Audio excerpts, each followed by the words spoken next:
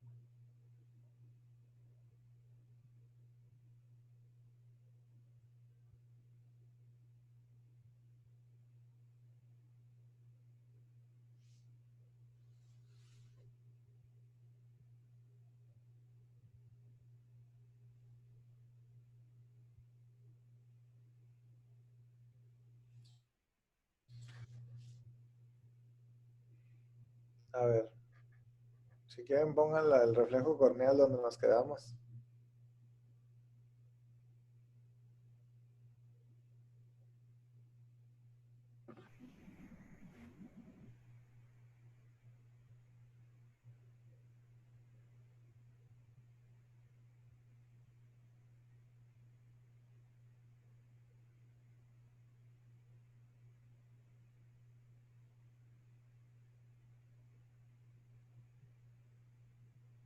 Ya la van a poner, doctor.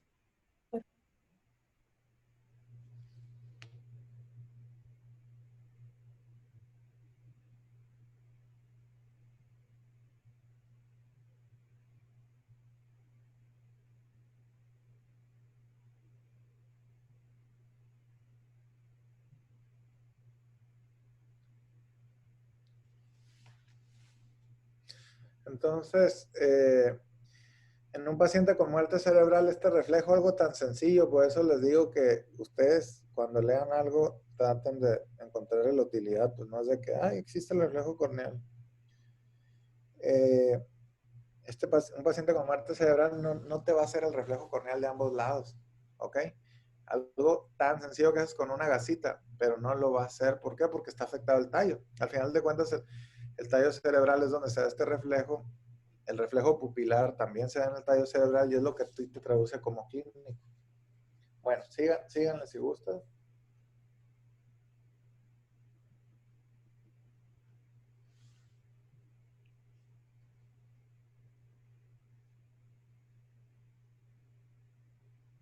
Ya me escucho, ya motivado.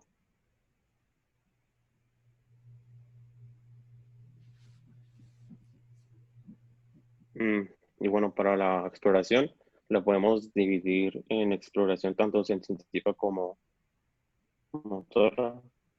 Creo que apenas está aquí. Se puede dividir en exploración motora y sensitiva. En la motora le podemos pedir al paciente que apriete los dientes y nosotros vamos a palpar si los músculos están tensados. Y generalmente cuando existe una debilidad, como ya una debilidad bilateral, pues se puede deber a una enfermedad hemisférica cerebral o que hubo un daño. Generalmente también se debe a los ictus o lo puede ser por el daño en el tronco encefálico. Y creo que ahorita ya lo había mencionado, doctor. A ver, eso de debilidad bilateral no me quedó claro. Pues el libro mencionaba que cuando no hay como una buena tensión en los músculos, pues puede haber, se le puede denominar como una debilidad bilateral, ¿no? ¿Qué no? No, pues no me queda claro. A ver, cosas prácticas. Si yo corto el nervio trigémino izquierdo, tendrá, vamos a decir que el paciente se lo seccionó, tuvo un accidente, lo que tú quieras, es más, tuvo un infarto nuclear, pero nomás a partir del núcleo, del nervio trigémino, el núcleo motor. ¿Qué debilidad el núcleo motor izquierdo? O el nervio el trigémino izquierdo, se lesionó el nervio, ¿qué va a tener el paciente? ¿Dónde va a tener debilidad? Vamos a decir de los maceteros, ¿no? Que es el músculo de la masticación más grande. O de los músculos de la masticación, ¿de qué lado va a estar débil? Del mismo lado de la lesión. ¿Y el lado derecho va a estar afectado? No, No. Ahora, si yo tengo un infarto cerebral izquierdo, ¿qué músculos van a estar afectados? ninguno. Ninguno. Los inferiores. A ver, ¿quién contestó? Ah, no, eso es el facial, se cancela. El facial. Sí, eso es el facial. ¿Quién dijo que ninguno? Yo, Aileen. Aileen, bueno, explícales por qué ninguno. Está bien, ¿eh? Porque el núcleo motor va a recibir fibras corticonucleares de ambos lados de la corteza. Entonces, si es una lesión por arriba del núcleo, pues el nervio va a seguir teniendo inervación del otro lado de la corteza para ambos lados.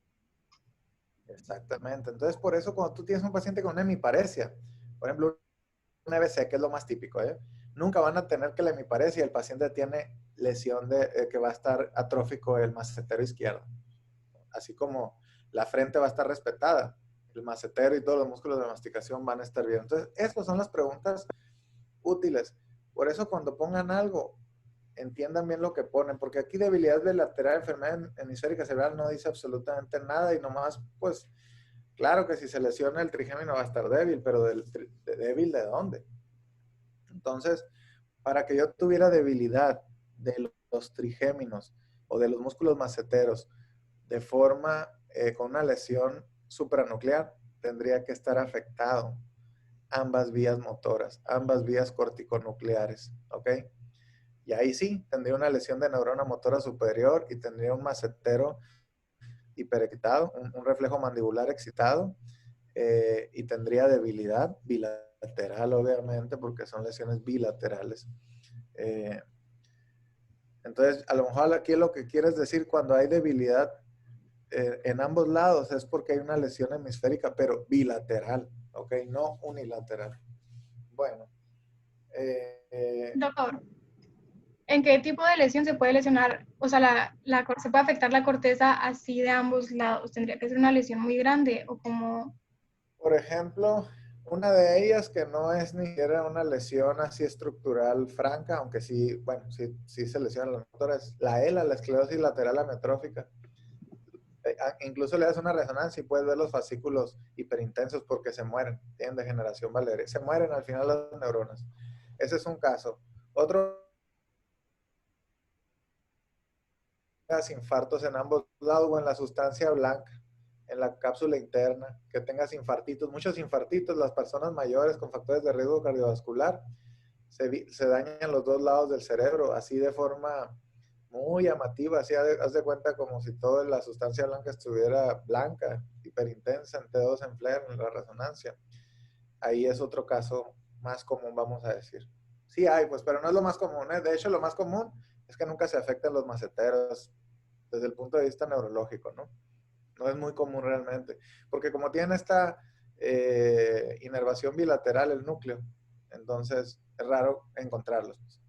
La otra sería, pues, que me digas que tengo un tumor frontal bilateral, pues también pasa, pero sería algo mucho más raro, ¿no? Y las lesiones del nervio trigémino o de la rama mandibular del trigémino sí es más frecuente, o sea que sí se lesione un lado del macetero, un macetero de un lado. Fíjate que no las veo yo no es muy común. Bueno, el maxilofacial a lo mejor te las puede ver más seguido, pero realmente casi siempre el trigémino, batallamos más con la neuralgia del trigémino, que supongo que van a mencionar más adelante. Pero sí, un traumatismo, por ejemplo, facial, pues te lo podrías llevar ahí, pero no es algo que veas muy seguido, ¿eh? Ok, gracias. Es más común las hipoestesias, por ejemplo, en una neuralgia del trigémino. Bueno, al final lo vemos, pero por ejemplo, la neuralgia posherpética afecta muy comúnmente B1, eso que no se les olvide, la región del ojo, ¿no? La frente. Y la neuralgia en B3, es más común la neuralgia del trigémino típica. Y el trigémino pues lo usamos mucho, les digo, para explorar pacientes con disminución del estado de conciencia. Porque si tú a un paciente le tocas el corneal y te lo hace bilateral de los dos lados, pues eso te dice que está íntegro el tallo, el puente. Entonces, esa es la traducción que tienen que ustedes llevarse a su casa. Pues decir, le estoy revisando las pupilas, está íntegro el mesencéfalo. Está íntegro el nervio óptico y el mesencéfalo. ¿Ok? Bueno, si quieren seguirle.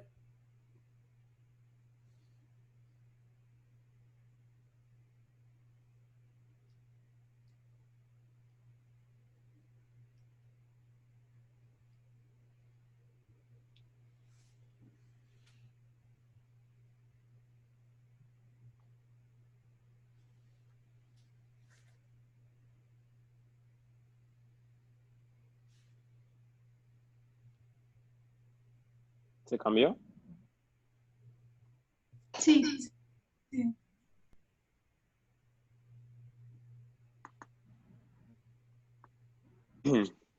Bueno, en la exploración sensitiva generalmente podemos nosotros utilizar unos objetos puntiagudos, pero no tanto para dañar al paciente o de estilo Romo, solamente para causar un poquito de dolor en los puntos determinados. Aquí, como en la imagen, podemos observar en la frente, en los ojos, o aquí cerca del lado del labio. Esto pues debido a ver cuál está dañado y como sabemos la región, esto podemos decir que cuando no siente aquí puede haber un daño de la rama. Y generalmente la falta de sensibilidad es por una neuralgia, puede ser por una neuralgia del trigémino.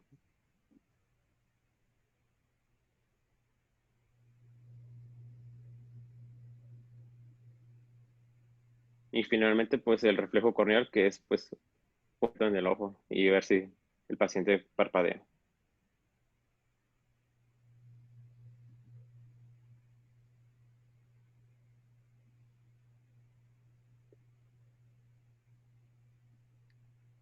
La patología que está asociada al trigémino, una de las patologías que está asociada al trigémino es la neuralgia del trigémino, que ese es un dolor de tipo neuropático que generalmente hasta la rama mandibular y maxilar, y es muy poco común que afecte la rama oftálmica, y generalmente se causa cefalea, y también puede causar como un tipo de contracción en los músculos maceteros, por lo cual se le denomina como un tipo de tic douloureux. Tic Y doloroso. se caracteriza porque, bueno, tic doloroso. Se caracteriza porque existen ataques agudos de dolor y se ha estudiado que se debe a la degeneración del ganglio de Gasser o la desmielinización. Y la etiología puede ser multifactorial, como la compresión vascular, o incluso puede ser el herpes zóster, y es más común en mujeres mayores de 40 años.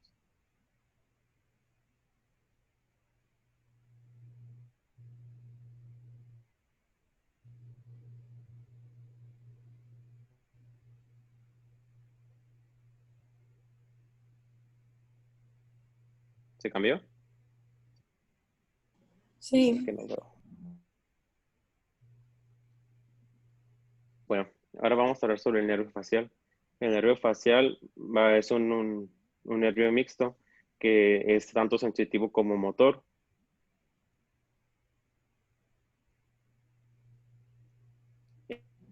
Ese va a tener tres núcleos. El principal, que este se va a encontrar en la profundidad de la formación reticular. Ese va a inervar. Se puede dividir la inervación de los músculos de la expresión facial dependiendo de la localización. Generalmente, la parte superior de este núcleo va a inervar los músculos de la expresión facial o superiores de la cara, pero este va a recibir fibras corticonucleares de ambos hemisferios. En cambio, la parte inferior de este núcleo va a inervar los músculos inferiores de la cara, pero a diferencia de la parte superior de este núcleo, solo va a recibir fibras corticonucleares contra del otro lado del hemisferio.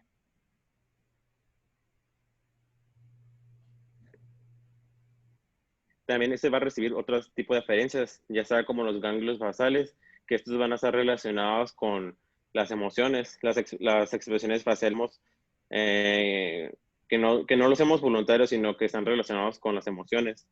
También va a tener aferencia motora por la oliva superior, que cuando nosotros llegamos a escuchar un ruido muy fuerte como una explosión, nosotros involuntariamente podemos hacer una expresión o como asustados. También puede recibir aferencia del sistema trigeminal.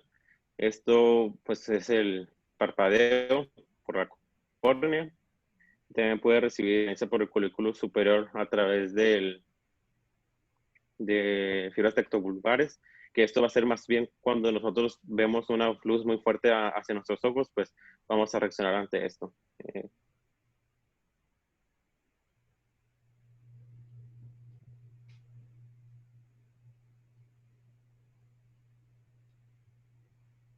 Los núcleos parasimpáticos, estos se van a encontrar aquí detrás del núcleo motor principal. Tenemos dos, el núcleo salival y creo que aquí le puse todavía, pero era lagrimal. Me equivoqué. El núcleo salival superior, que esa va a recibir fibras aferentes de la vía autónoma descendente, y las fibras del núcleo lagrimal va a recibir fibras del hipotálamo, y este también va a estar relacionado con las emociones y el reflejo lagrimal. Secundario, pues generalmente con una irritación.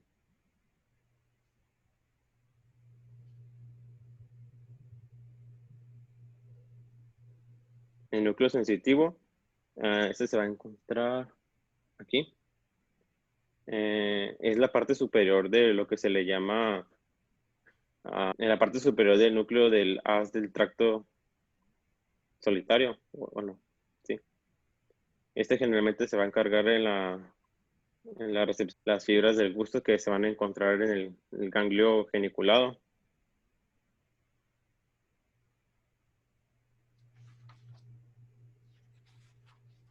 Esas van a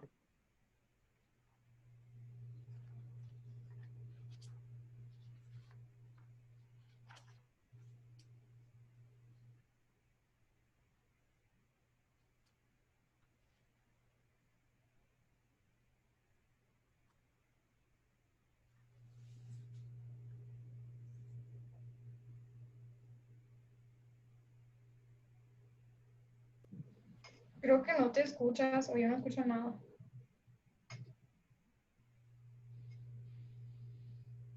Bueno, celular. a ver, no te escuchamos esa diapositiva casi. Es que estoy en la computadora, en el celular, perdón. Ok, ese núcleo sensitivo, pues ya lo mencioné, es la parte superior del haz solitario y generalmente va a recibir las fibras que están relacionadas con el gusto, y esas van a enviar unas fibras eferentes al tálamo opuesto, a los núcleos hipotalámicos, para atravesar la cápsula del gusto.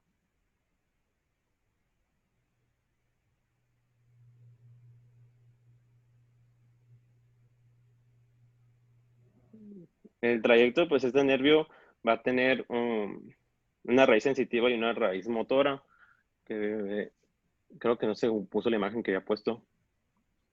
Esos van a van a tener un trayecto. ¿Dónde está? Aquí está, mejor que está mejor. ¿Cómo se llama? La raíz motora principalmente va a tener un trayecto hacia atrás, va a comenzar un trayecto hacia atrás, va a rodear el núcleo abducens debajo del colículo facial para luego tener un trayecto anterior y salir junto con la raíz sensitiva y salir en la unión del puente con en el puente y la médula oblongada. Esos van a recorrer a la parte lateral de la bóveda craneana posterior para luego situarse a entrar por el agujero auditivo interno en la porción petrosa del hueso temporal. Entonces de aquí van a formar el ganglio, ¿cómo es el ganglio? El ganglio geniculado, que nos va a dar diferentes ramas. Entonces de aquí después va a dar un giro hacia atrás y hacia abajo y va a salir por el agujero estilomastoideo, y aquí ya va a dar las diferentes ramas hacia los músculos.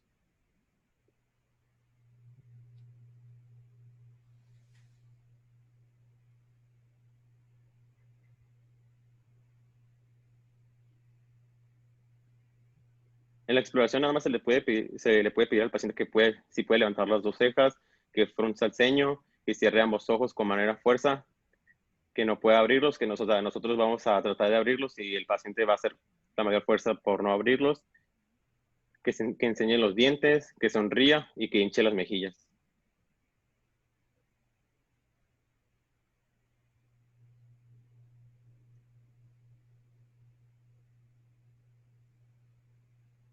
Una lesión de este, no le cambié, de este nervio denomina parálisis de Bell, que estas pues son alteraciones en los cambios motores. Tengo una duda aquí, es que no entiendo que en la parálisis del interviene también, está afectada la vía del... Te estás trabando. No te escuchamos bien.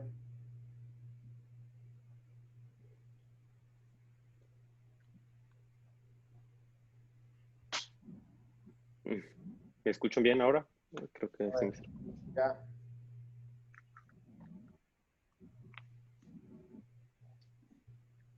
Ok. Generalmente pues, las lesiones de este nervio van a dar manifestaciones motoras o alteraciones en las funciones aferentes de cambio o alteración del gusto y las glándulas lagrimales. Esto pues se debe a la incapacidad de la transmisión de los potenciales correctos hacia...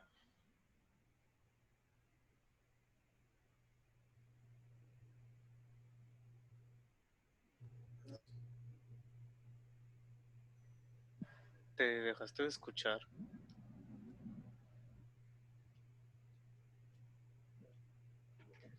Barrera, ¿no quieres que alguien más te comparta la presentación para que no batalles?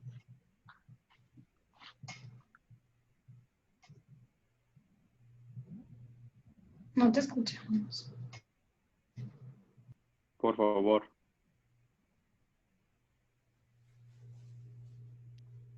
Francisco, si quieres ¿Tienes la compártemela. presentación en el grupo?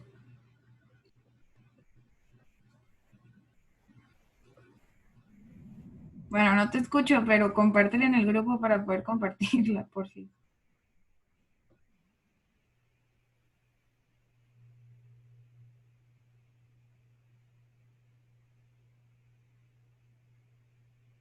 Ahí voy.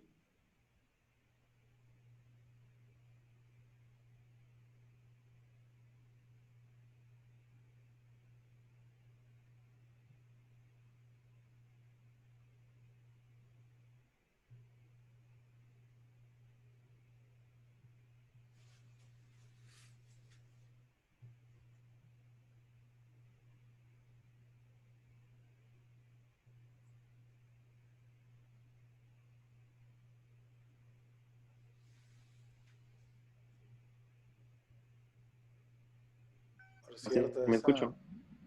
Ah, Sí, te escuchas.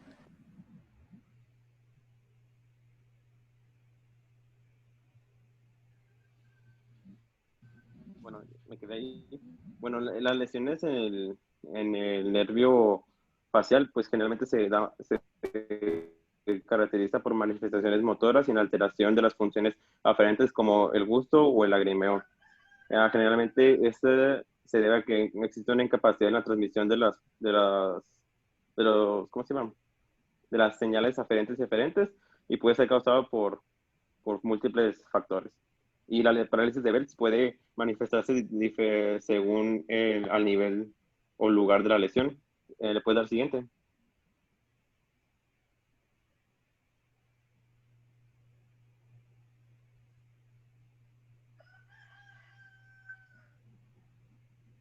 Si existe una lesión proximal al ganglio geniculado, generalmente va a haber una parálisis de todos los músculos de la extensión facial, ipsilateral, pérdida del gusto pues también ipsilateral, deterioro de la secreción salival, lagrimal, va a haber una hiperacusia porque pues va a haber un fallo en el músculo, perdón, en el estribor, y lágrimas de cocodrilo, que eso no lo entendí muy bien porque decía que no se daban todos los individuos y No lo entendí.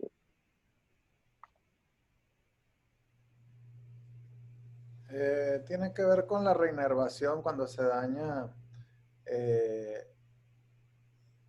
el nervio, al final de cuentas el nervio facial inerva las glándulas submandibulares, sublinguales y las lagrimales.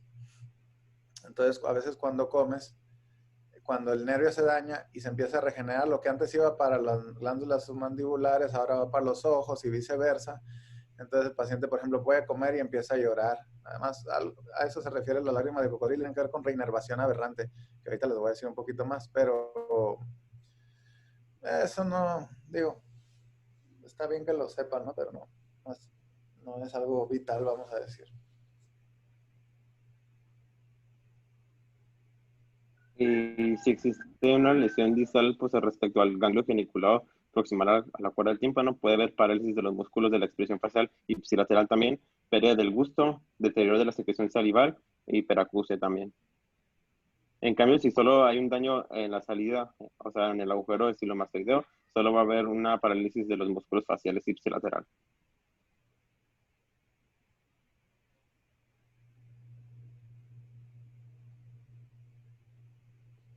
También tenemos estos términos llamados paresia central y paresia periférica. Generalmente la paresia central, pues tenemos que recorrer la inervación de los músculos, los superiores y los inferiores, como viene en la imagen.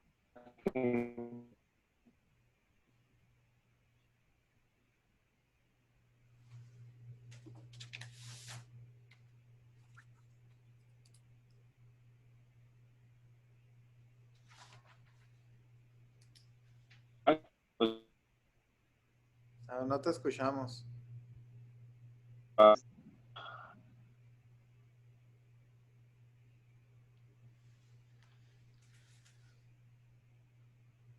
No te escuchamos. Voy a usar datos. Creo que internet está fallando mucho. Bueno, aprovecho para que tengan mucho cuidado con las diapositivas, ¿no? O sea, las faltas de ortografía me irritan la corteza occipital como no tienen una idea. Ahí dice parecía. Bueno, parecía va con S. Y por favor tengan mucho cuidado con las diapositivas porque tenemos 3 diapositivas viendo el nervio trigémino y estamos viendo el nervio facial, que ya lo dijiste, pero... Sí, se me olvidó corregirlo. Todo eso les va a ir cambiando la calificación aquí de su exposición, ¿eh? Para que tengan mucho cuidado. Sí, Imagínense, lo olvidé. están aprendiendo apenas y ven el nervio trigémino en cuestiones conceptuales y visuales del lenguaje, les va a generar un conflicto.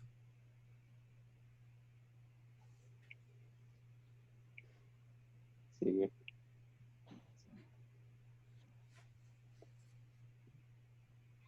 Bueno, ya volviendo, tenemos la paresia central y la paresia periférica. La paresia central, pues hay que recordar otra vez la inervación de los músculos de la expresión facial, mientras que los músculos de la expresión facial superiores van a tener inervación de ambos hemisferios, mientras que los de la expresión facial inferior van a recibir inervación también, pero solo del lado contralateral. Entonces, si hay una lesión a nivel de los hemisferios, por ejemplo, aquí vemos el número 1, podemos observar que los músculos del lado, ¿qué lado sería ahí? Bueno, si nosotros lo vemos ahí, del lado izquierdo, pues van a estar debilitados y va a haber los músculos del otro lado van a estar como normales, entonces va a haber como una caída de la sonrisa. En cambio, si hay una lesión ya en el mismo nervio facial, vemos que va a estar dañado ipsilateralmente del mismo lado, pero en los nervios inferiores, porque los superiores van a recibir tanto... Creo que estás dando la información al revés. Sí, A ver, si yo tengo una lesión frontal izquierda, ¿dónde va a estar débil el paciente? derecha. ¿Y qué parte La de la cara va a estar débil? ¿Toda o izquierda. la parte? Pero, o sea, va a estar bien, pero leí que sí va a tener funcional los superiores de la izquierda, pero va a estar como un poco débil. A ver, le tengo una lesión frontal derecha que va a estar débil entonces. Inferior de la, Pero inferior de la delicado. izquierda. ¿Y la frente cómo va a estar? Normal débil. A ver, ¿quién nos puede decir? Porque creo, estás diciendo parcialmente la información. ¿Quién me puede decir? Pues la frente va a estar bien, la parte inferior de la cara es la que va a estar afectada. Los 2/3 inferiores de la cara van a estar contralateralmente afectados, ¿no? Si yo tengo una lesión frontal derecha, el paciente va a tener una parálisis facial central izquierda, respetando lo que es básicamente el ojo y para arriba. Entonces el paciente no va a tener algo que se llama fenómeno de Bell, que no sé si lo vas a decir ahorita. Pero un paciente con una parálisis periférica, a ver tú mismo, tengo un paciente con una parálisis, tú el que estás exponiendo, tengo un paciente con una parálisis periférica derecha, ¿cómo va a estar esa cara? O sea, tengo una lesión del nervio facial derecho, ¿cómo va a estar esa cara? Toda caída de la parte derecha. ¿Va a estar afectada la frente o no? Sí, porque es el nervio periférico. Sí, porque ya se formó todo el nervio, o sea, ya viene la tenga inervación bilateral, ahí ya nomás es un solo nervio. Entonces, eso es esencial, esto que dijiste ahí medio confuso, es esencial, parálisis facial periférica y parálisis facial central.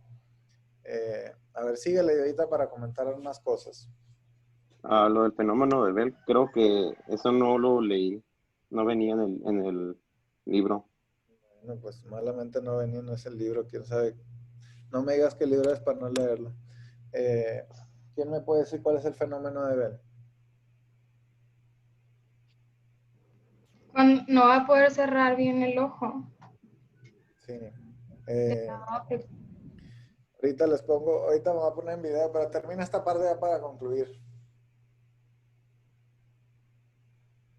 ¿Le puedes dar siguiente? Pues esto es lo mismo que ya había mencionado. Puedes dar siguiente. Y estas son las fotografías de cómo una paciente evoluciona. Bueno, a ver, ahí dime tú, ¿qué nervio está paralizado?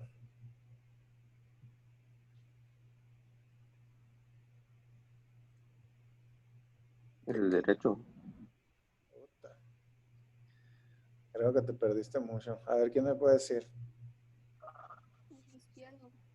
El izquierdo, obviamente. Vean, miren. Vean la primera foto, que da una aparente ptosis derecha. Y no se vayan a confundir. Realmente es que el orbicular del lado izquierdo está afectado. Vean, el paciente con parálisis facial nunca tiene ptosis, porque luego dicen, ay, tiene ptosis derecha. Me han llegado a decir que hasta tienen tercer nervios craneales, por ejemplo. Vean la primera foto de arriba a la izquierda. Pareciera que tiene ptosis derecha, ¿no? Y así pues no puedes diagnosticar nada. Así yo diría, oye, esa paciente tiene ptosis derecha, más te puedo decir que tiene un síndrome de Horner derecho, pensaría así de primera instancia. Luego vean la foto en medio de arriba. Esa es la clave. Cuando le piden que levante la ceja, tiene los surcos frontales del lado izquierdo, sin arrugas, como si le hubieran puesto Botox. ¿Se fijan? ¿Sí lo ven? Sus ojos, sus surcos frontales. Una parálisis central respetaría esos surcos, ¿ok? Entonces, luego váyanse a la foto, o sea, una parálisis central, la frente no la afectaría.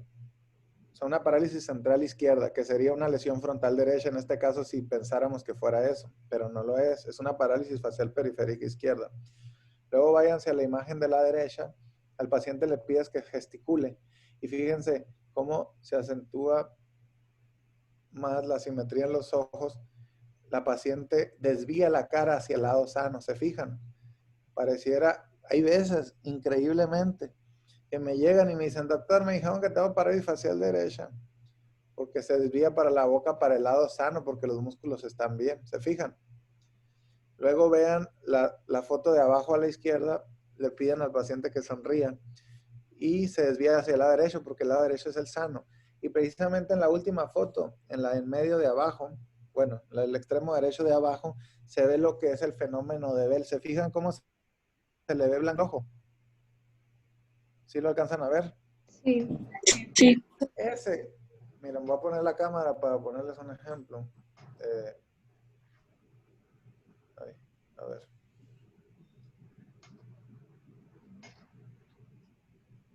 Miren, ¿sí me ven ahí, verdad? Sí. El fenómeno de Bell, tú le pides al paciente que cierre el ojo y hagan de cuenta que se le va el ojo así, miren, como hacia arriba, ¿ok?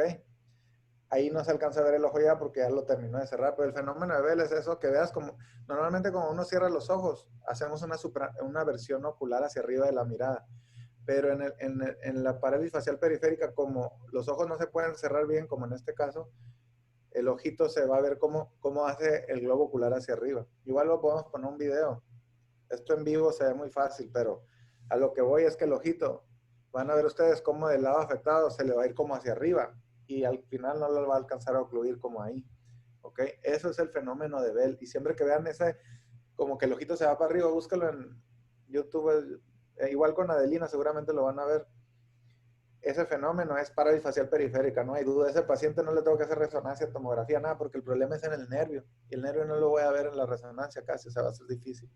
O una parálisis de Bell no hay que hacerle una resonancia. ¿Vas a terminar con algo más del nervio facial?